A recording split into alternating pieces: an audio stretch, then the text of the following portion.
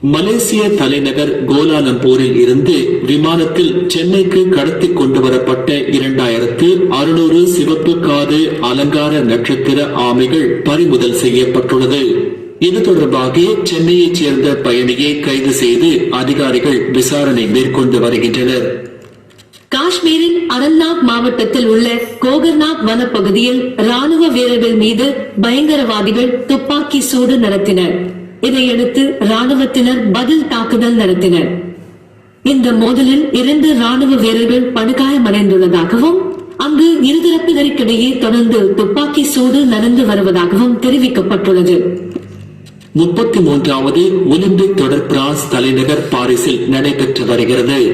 இந்த தொடரில் இன்று நடைபெற்ற மகளிர் மல்யுத்தம் போட்டியின் காலிறுதி சுற்றில் 76 கிலோ எடை பிரிவு இந்திய வீராங்கனை ரித்திகா ஹூடா கிர்கிஸ்தானை சேர்ந்த உலகின் நம்பர் 1 வீராங்கனையான ஐபெரி மெடட் ஆகியோர் மோதினர்.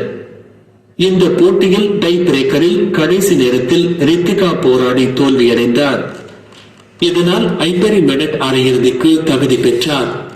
பகுஜன் சமாஜ் கட்சியின் தமிழ்நாடு மாநில தலைவர் ஆம்ஸ்ட்ராங் படுகொலையின் பின்னணியில் புதைந்து கிடக்கும் அனைத்து உண்மைகளையும் வெளிக்கொண்டு வருவதற்கு வசதியாக வழக்கை சிபிஐ விசாரணைக்கு மாற்ற வேண்டும் என்று சென்னையில் நேற்று பேரணி நடத்திய ஆம்ஸ்ட்ராங்கின் மனைவி, 2 வயது குழந்தை உள்ளிட்ட 500-க்கும் மேற்பட்டோர் மீது காவல்துறை வழக்கு பதிவு செய்திருக்கிறது. நீதி கேட்டு போராடுவோருக்கு நீதி வழங்காமல் வழக்கு தொடர்வது கண்டிக்கத்தக்கது என பாமக தலைவர் அன்புமணி ராமதாஸ். வங்காளதேசத்தில் இன்னும் இயல்பு நிலை திரும்பவில்லை. இஸ்லாமியர்களின் போராட்டம் ஆங்காங்கே நீடித்து வரும் நிலையில் இன்று வங்காளதேச சுப்ரீம் கோர்ட்டை இஸ்லாமியர்கள் முற்றுகையிட்டனர். தலைமை நீதிபதி 1 மணி நேரத்தில் தனது பதவியை ராஜினாமா செய்ய வேண்டும் என்று இஸ்லாமியர்கள் போராட்டத்தில் ஈடுபட்டுள்ளனர்.